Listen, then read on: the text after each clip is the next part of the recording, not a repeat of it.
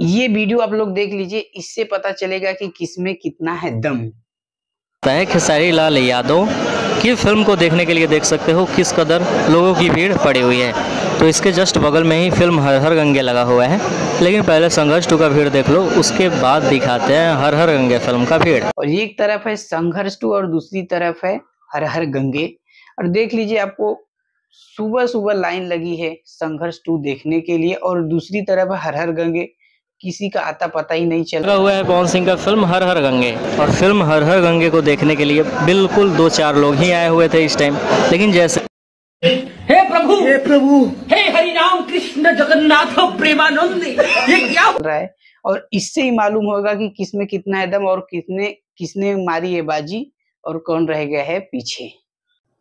नमस्कार दोस्तों, जय भोजपुरिया समाज, भोजपुरिया किक में फिर से आप सभी का स्वागत करते हैं। दोस्तों आज हम बात करेंगे भोजपुरी के 2 सुपरस्टार के बारे में जिनकी मूवी रिलीज हो चुकी है, और देखते हैं कि किसमें कितना है दम और किसकी मूवी मारी है बाजी कलेक्शन।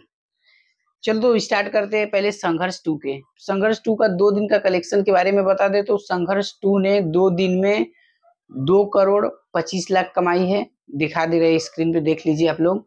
और वही बात करेंगे हर हर गंगे 2 की, तो हर हर गंगे बहुत ही पीछे छूट गई है, मात्र 1 करोड़ 80 लाख कलेक्शन की है 2 दिन में। हालांकि थिएटर तो दोनों को सेम मिले थे लगभग, वो भी मैं आपको स्क्रीन पे दिखा दे रहा हूँ, देख लीजिए आप लोग।